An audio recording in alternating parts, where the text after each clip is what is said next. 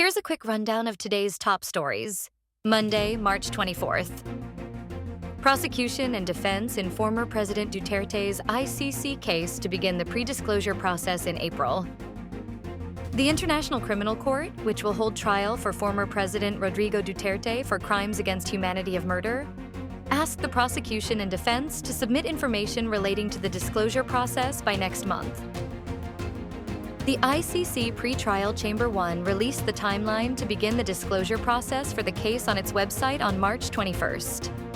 The prosecution was required to submit detailed observations on questions relating to documentary evidence, exculpatory evidence, and witnesses by no later than April 4th, so as to prepare for the confirmation of charges set on September 23rd. This, the chamber said, is being asked with a view to ensuring that the disclosure process begins as soon as possible, and particularly in light of the suspect's right to be informed of the evidence on which the prosecution intends to rely at the confirmation hearing within a reasonable time before its commencement. You could end up like Ninoy Aquino if you return to the Philippines. Vice President Sara warns her father, who continues to yearn to come home. Vice President Sara Duterte warned her father, former President Rodrigo Duterte, could meet the same fate as assassinated democracy icon Benigno Ninoy Aquino Jr. if he insists in returning home to the Philippines. This was what the former president's daughter said in a speech during a meet-and-greet event organized by Duterte supporters at the Het Malieveld Park in The Hague, Netherlands, on Sunday, March 23rd. She shared that every time she visits, her father would ask her when she'll be able to bring him home to the Philippines because he wanted to campaign for the coming elections as Davao City Mayor. Representative Abante tells pro-Duterte vloggers to stop spreading lies. The pro-Duterte vloggers who sobbed and publicly said sorry for sharing fake news on social media must simply stop spreading lies. Thus, said Manila 6th District Representative Bienvenido Benny Abante Jr., the Solon who managed to draw apologies from certain vloggers who called the extrajudicial killings in the drug war a hoax and claimed that there was a mass resignation of police as a result of former President Rodrigo Duterte's arrest. According to Abante, committing to tell the truth is a concrete step to undoing the damage that they have caused. Abante said in a statement on Monday, March 24th, "These apologies are a start, but they are not enough.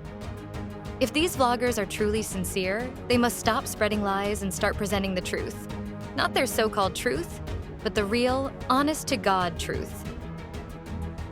The legislator issued the statement following the latest hearing of the House Tri-Committee, where an online content creator admitted she had no evidence to support her claims that the EJKs under the Duterte administration were fabricated.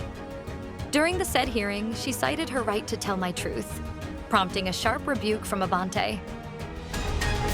The government prepared for inconveniences caused by the transport strike, according to Palace. Malacanang assured the public that the government is prepared to address any inconvenience that might be caused by the ongoing strike of the transport group Manabela.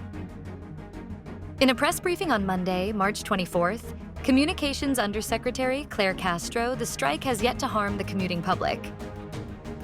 The government has offered free rides and deployed more buses and trains to arrest the effects of the three-day transport strike.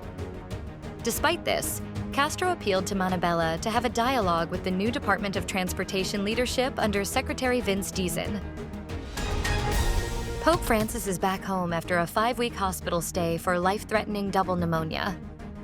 A frail Pope Francis returned to the Vatican on Sunday after a 5-week hospitalization for life-threatening double pneumonia, and he made a surprise stop at his favorite basilica on the way home before beginning 2 months of prescribed rest and recovery.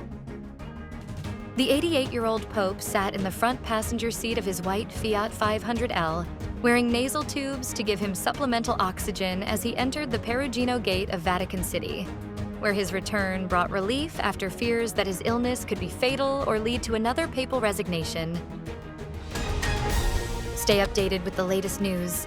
Visit our website at www.mb.com.ph or follow us on social media. Thanks for tuning in to the Manila Bulletin Daily Rundown.